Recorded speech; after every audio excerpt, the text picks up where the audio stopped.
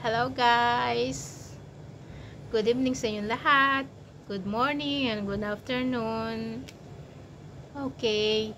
Meron tayong nababalitaan about sa GCash. Sa pag-usapan natin tungkol sa GCash.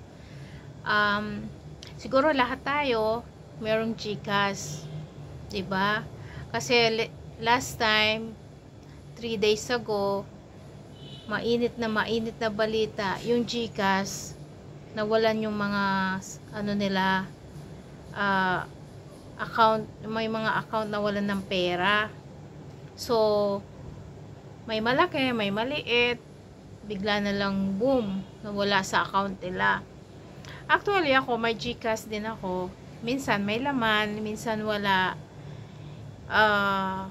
Siyempre affected din ako, hindi naman siya ganun kalaki ang laman ng GCash ko, maliit lang.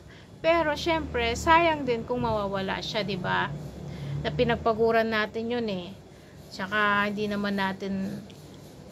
naman 'yun binigay sa atin or kung paano nagkaroon tayo ng account.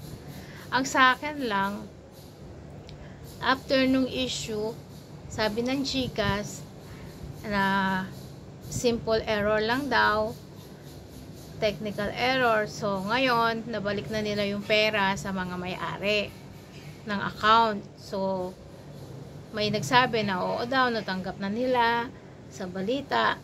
So, kung user tayo ng GCash, ako, matagal-tagal na ako user ng GCash, ang iniisip ko ngayon, yung promo nila. May mga account kayo, diba? O, nakakatanggap ba kayo ng may promo sila na shake your phone kada araw? Ang sabi nila, mananalo ka ng free grocery, 50,000 free grocery, meron pang iPhone, meron pang motor, di ba? Tapos meron pang yung credit, ewan ko kung ano yun. Ako kasi, kada araw na nakaka-receive ako, na meron daw akong coupon that day, shake your device. So, ginagawa ko, shake ko naman. Pati nga ako nagsishake. Sinishake ko din yung katawan ko. Shake it. Okay, di ba? Pag na-shake mo na, meron ka ng raffle entry. So, ngayon, di ko alam kung scam ba yun or legit yun. Sana, GCash, baka naman, yung account ko napili. Sayang din yun, para at least kung siswertehin, gusto ko yung motor. Ayun, gusto ko yung motor. Sana, baka naman GCash, kung meron ng mga nanalo dun sa mga papromo nyo, hindi ko pa kasi nakikita kung may nanalo na o wala pa. Yun lang naman, habol ko makita ko kung sino nanalo. Pero in fairness,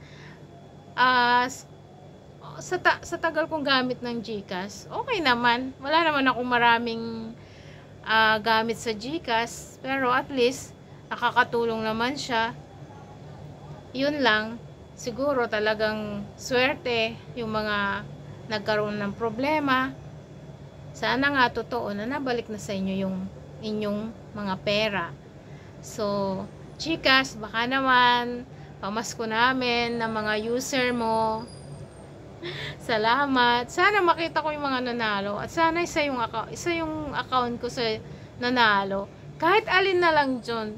Kung swerte, salamat. Kung hindi, salamat din. Kasi maraming mga nanalo. Good luck.